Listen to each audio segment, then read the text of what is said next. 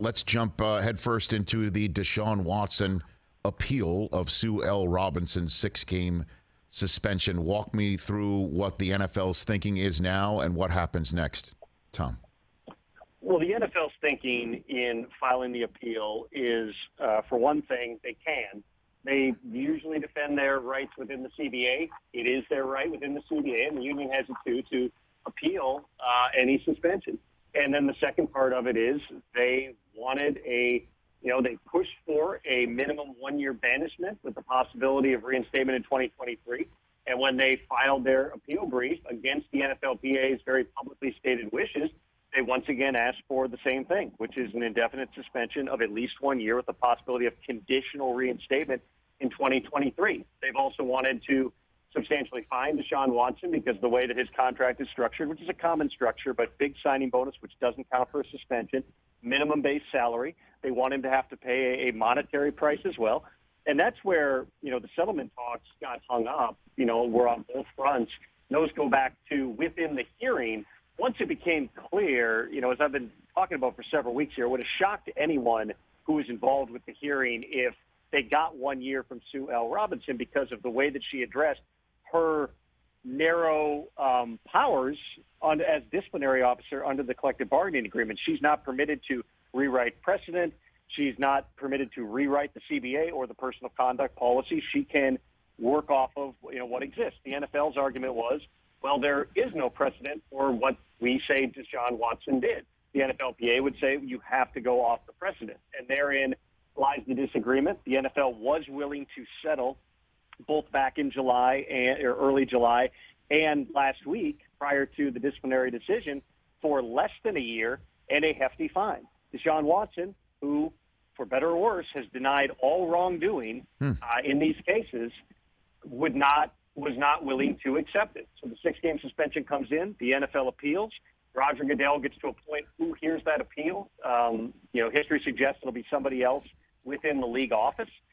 And then if they can't work out a settlement prior to that disciplinary or the appeal hearing, which is no sooner than next week and until a decision is rendered, then in all likelihood, you're going to have an increase in the suspension up to or as high as 1 year minimum banishment.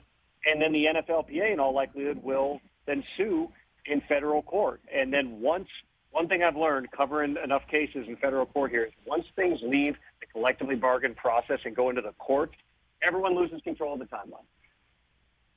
So what would the timeline be? Would it wind up from what you're hearing in Watson playing while this gets hammered out, or he sits the first 6 games and then this thing needs to be decided before week 7 hits and the Browns are in a state of limbo through the first month and a half of the season? As our colleague Judy Batista put it well on Good Morning Football today, it is murky. It seems unlikely that Deshaun Watson would be playing in week 1 since, in essence, he has accepted a 6-game suspension. However, this is a new disciplinary process. It is not played out before at any level, including the courts, but also at the actual CBA-dictated disciplinary officer and appeals level. And so it's hard to make a firm prediction, just like everything else within the course of this process. What we do know is history will tell you if a player is suspended for a minimum, banished for a minimum 1 year, they're also not allowed to participate in training camp. So now you have a possibility, since the NFL and the NFLPA and everyone involved is supposed to have this heard on an expedited basis. Let's say next Friday, just throwing out a date, because it's not going to happen this week. The PA still has to respond. Let's say next Friday, they come down and say Deshaun Watson is now banished for a year. If they're going off how they've always treated these cases, he's immediately out of camp.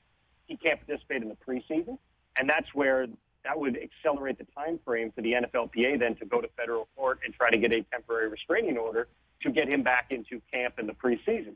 Would a judge then say he can play week 1? Again, it seems unlikely. It most likely would be, okay, it's 6 games was agreed to. It's anything on top of that we have to look at here. But we just don't know because the process hasn't played out before.